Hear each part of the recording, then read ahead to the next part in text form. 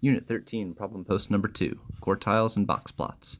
Be sure to fill out your pre-score, number 1 through 5, assessing your ability to find a 5-number summary and construct a box plot before watching the video. This video's guest of honor will be a jumping direwolf.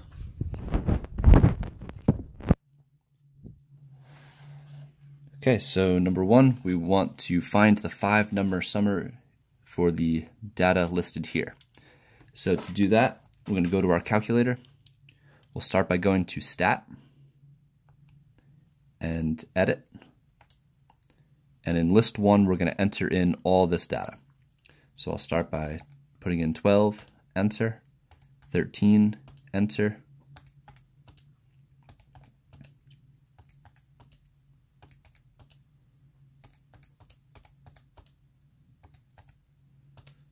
okay. After entering in all the data, you should see at the bottom it says L1 with a 10 in parentheses. That's telling me it's waiting for me to enter in the 10th piece of data.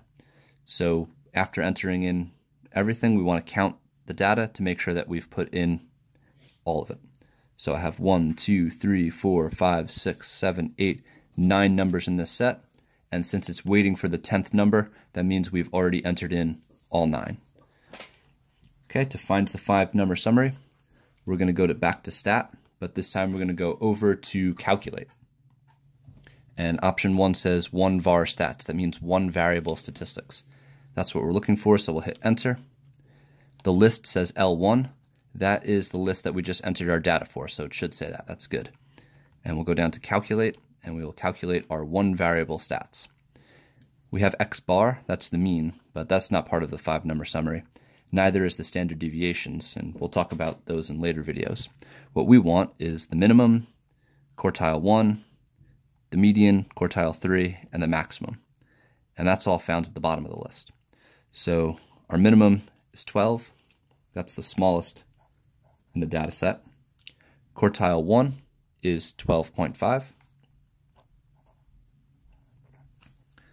Then scrolling down, we see the median is 13.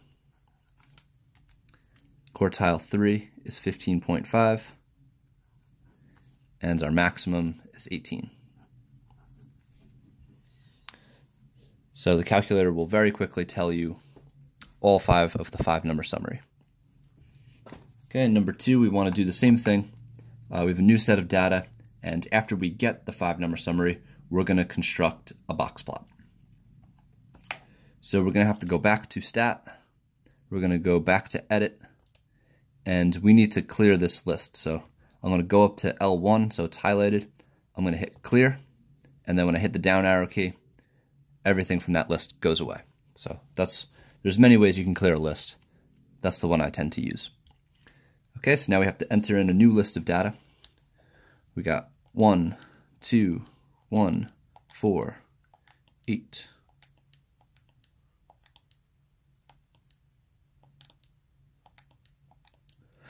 Okay, after entering in all of the data, it says it is waiting for the 13th number, which means I have entered in 12. I'll check my data list. 1, 2, 3, 4, 5, 6, 7, 8, 9, 10, 11, 12. So I've successfully entered in all of the data. To find the 5-number summary, we're going to go to Stat, over to Calc, 1 var stats, enter. It says list 1, that's where my data is. Go down to Calculate, and here is all of my information for this list, for this data. At the bottom of all this is the 5-number summary, the min, Q1, the median, Q3, and the max. So I'll transcribe these numbers where they belong on my notebook.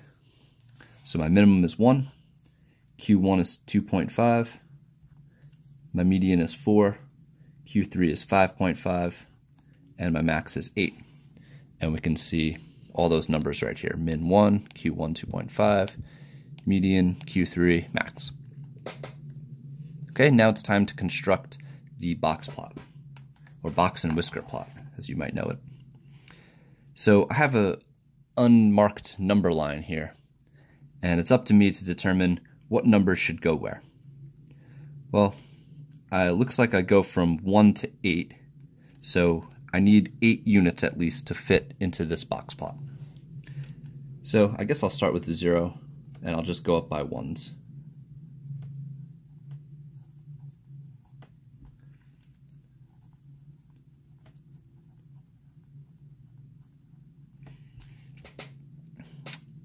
So it looks like actually my box plot's probably going to be pushed over to the left a bit. That's fine. If we had marked these going by 2s, it might have given a more center picture. Either one is fine. So the minimum will be the edge of the left whisker, and that will be a dot. The Q1 and the Q3 will make my box, and the median will be the line inside the box. So Q1 is 2.5, so I'll make a edge of my box at 2.5 between 2 and 3. The end of my box is 5.5, so the end of my box will be right here. And somewhere inside my box will be the median. In this case it's 4. So right at 4, I'll put a line.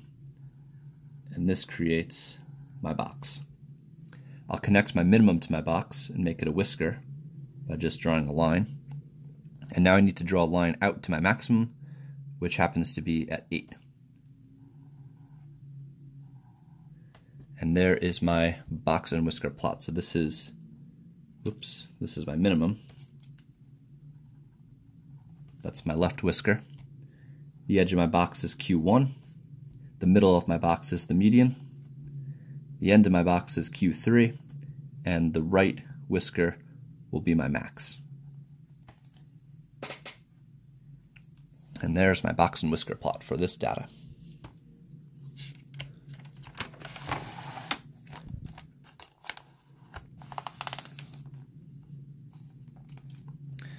Okay, given the box plot, we need to find the 5-number summary.